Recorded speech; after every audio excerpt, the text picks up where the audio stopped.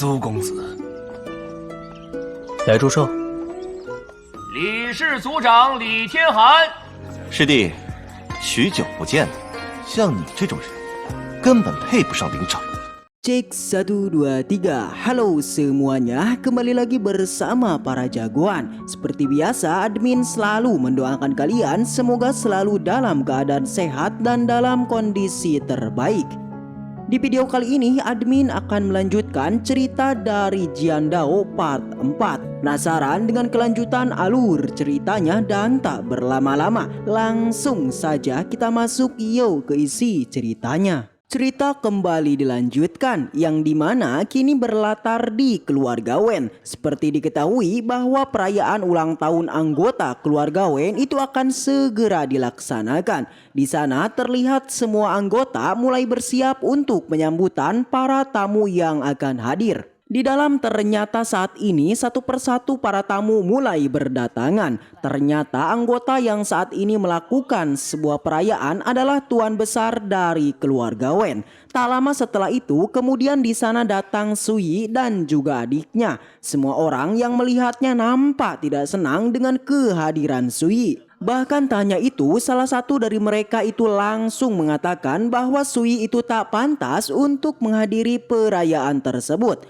Mendengar itu, jelas sang adik langsung merasa marah, bahkan langsung menjelaskan terkait kedatangan Sui itu sudahlah atas persetujuan seorang nenek. Dengan itu jika ada yang tidak setuju, Lingsu mempersilahkan untuk melaporkan kepada neneknya. Wan Sobe yang melihatnya jelas menjadi sangat kesal. Bahkan ia di sana langsung berniat untuk melakukan sebuah pergerakan. Akan tetapi sang ayah langsung menghentikannya. Dirinya juga mengatakan bahwa Wan Sobe itu tak perlu mengurusi Sui karena sejatinya sebentar lagi Sui pasti akan diusir. Sang ibu yang berada di samping juga mengatakan hal yang sama, bahwa mereka itu tak boleh berbicara yang tidak perlu. Di sana kemudian dilanjutkan dengan perbincangan atas keluarga Wen akhir minggu kemarin, yang dimana sang ayah menyebutkan bahwa di dalam waktu 10 tahun keluarga Wen dirumorkan akan segera dihapus. Tentu penjamuan hari ini yakni bertujuan untuk meminta kepada para petinggi agar menghentikan proses penghapusan itu. Sang ibu kemudian langsung merasa penasaran dengan sosok besar yang akan hadir.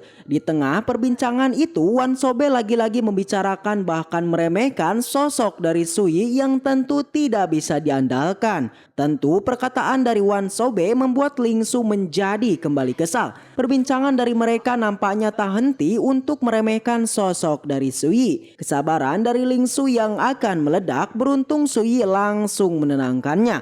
Bahkan Sui dengan santuinya kemudian mencoba untuk memberikan sebuah petua kepada Lingsu. Namun meskipun begitu, Lingsu yang tak tahan kemudian langsung bergerak menuju kepada Wang Sobe. Dirinya kemudian mulai melakukan sebuah serangan balik atas apa yang telah dibicarakan.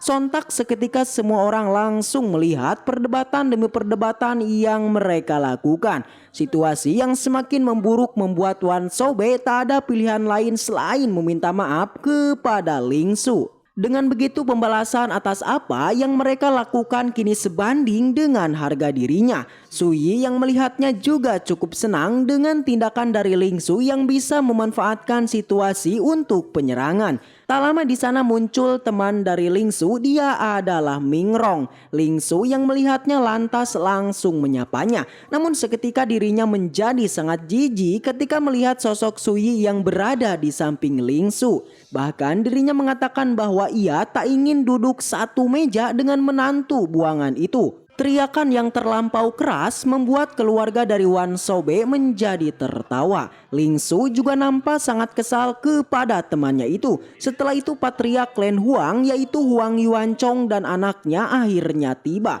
Mereka langsung menyapa semua petinggi dari keluarga Wen. Terlihat saat ini yang masih bersikap acuh yakni tinggallah Sui. Semua orang yang melihatnya menjadi sangat kesal atas sikap Sui yang tidak sopan kepada keluarga Huang. Yuanchong yang melihatnya dirinya yang ketakutan, ia pun langsung memberi hormat kepada Sui. Melihat itu jelas semua orang yang hadir itu langsung terkejut. Si nenek juga langsung merasa kaget atas sikap Yuanchong kepada Sui. Berkali-kali Yuan Chong menyapa Sui, namun Sui tidaklah menghiraukannya.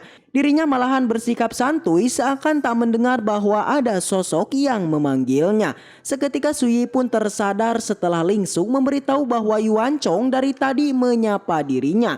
Membuat akhirnya kini Sui pun langsung menyapanya. Situasi yang menjadi hening, tak lama anggota keluarga Wen kemudian bergerak dan langsung mengajak Yuan Chong. Dan kini giliran sang anak yang langsung menyapa Sui. Wan Sobe yang melihatnya kemudian mengajak Tuan Muda Huang untuk duduk bersamanya. Akan tetapi si Huang langsung menolaknya, bahkan langsung mengatakan bahwa dirinya itu tak mengenal Wan Sobe sama sekali. Si Huang di sana malah langsung meminta kepada Sui untuk duduk bersamanya. Mendengar itu Sui pun langsung menyetujuinya, membuat si Huang di sana juga terlihat sangat senang. Setelah apa yang terjadi di tempo lalu, nampaknya keluarga Huang saat ini menjadi sangat ketakutan terhadap Sui. Dengan begitu, kali ini pertemuan mereka itu diharuskan tidaklah menyinggung Sui. Wan Sobe yang melihatnya dirinya pun menjadi sangat kaget, bahkan merasa tak percaya dengan apa yang dilihatnya. Tak lama di sana kemudian hadir sosok patria klan Li, yaitu Li Tianhan bersama putranya. Semua orang mulai bersiap dan menunggu sosok yang hadir itu. Si Huang yang mendengarnya kemudian menanyakan kepada Sui terkait hubungan keluarga Li dengan keluarga Wen. Namun Sui yang enggan mendengarnya, ia pun malah langsung menutup mulut si Huang dengan sebuah daging. Kedatangan dari keluarga Li nampaknya bukanlah hal yang baik. Hal itu terlihat dari perkataannya yang sangat arogan. Akan tetapi kedatangan atas dirinya itu masih disambut baik oleh keluarga Wen. Namun sang anak tidaklah mengikutinya dan bahkan meminta izin untuk menyapa yang lainnya dulu. Jelas tujuan dari dirinya tentu adalah Sui. Dengan wajah yang sombong ia pun langsung menuju kepada Sui. Di sana ia lantas mengatakan bahwa Sui itu tidak pantas bersanding dengan Ling Zhao. Ling Su yang melihatnya menjadi sangat kesal. Namun meskipun begitu Sui masih merasa sabar dikarenakan Ling Zhao itu memang terlalu mempesona. Oleh karena itu hal semacam ini selalu terjadi pada dirinya yang dianggap lemah. Di sana si Huang juga mulai angkat bicara, yang dimana perlakuan semacam ini itu bukanlah sesuatu yang baru, mengingat posisi dari Li Moyun itu setara dengan Ling Zhao. Bahkan tak hanya itu, si Huang juga pernah mendengar mengenai sumpah Li Moyun yang mengatakan bahwa dirinya itu tak akan menikah selain dengan Ling Zhao. Namun meskipun Li Moyun mempunyai status yang tinggi, si Huang berpikir bahwa harusnya Sui langsung menaboknya. Mendengar itu, Sui kemudian langsung berpikir bahwa saat ini secara tidak langsung si Huang mendorongnya untuk berurusan dengan mereka. Bersama dengan itu tiba-tiba patria keluarga Wen itu langsung merasa marah, yang dimana dirinya merasa kesal atas sikap dari Li Tianhan yang akan mengambil alih obat bisnis keluarga Wen. Nampaknya memanglah benar kedatangan dari Li Tianhan itu mempunyai tujuan yang lain. Hal itu terlihat dari sikapnya yang selalu sombong dan juga arogan. Patria keluarga Wen kemudian menyuruh kepada Tianhan untuk menyelesaikan masalah ini setelah perjamuan, yang dimana dirinya tak mau ada keributan di acara keluarga Wen, yang saat ini semua orang tengah menunggu tamu terhormat yang akan datang. Li Tianhan yang mendengarnya kemudian menjadi penasaran dengan sosok tamu terhormat yang akan datang kepada keluarga Wen. Mengingat dirinya berpikir bahwa saat ini kondisi keluarga Wen yang sangat terpuruk. Dengan begitu ia pun mulai meremehkan tamu-tamu yang akan hadir. Dan cerita pun bersambung. Sekian alur cerita Jian Dao part 4. Dan jika kalian suka dengan dongeng ini, Mimin dengan senang hati dan bangga pasti akan melanjutkan ke part selanjutnya. So segitu aja cerita kali ini, mudah-mudahan kalian semua terhibur dengan alur cerita yang Mimin sampaikan. Dan sampai jumpa di video selanjutnya. See you next time, and seperti biasa, salam para.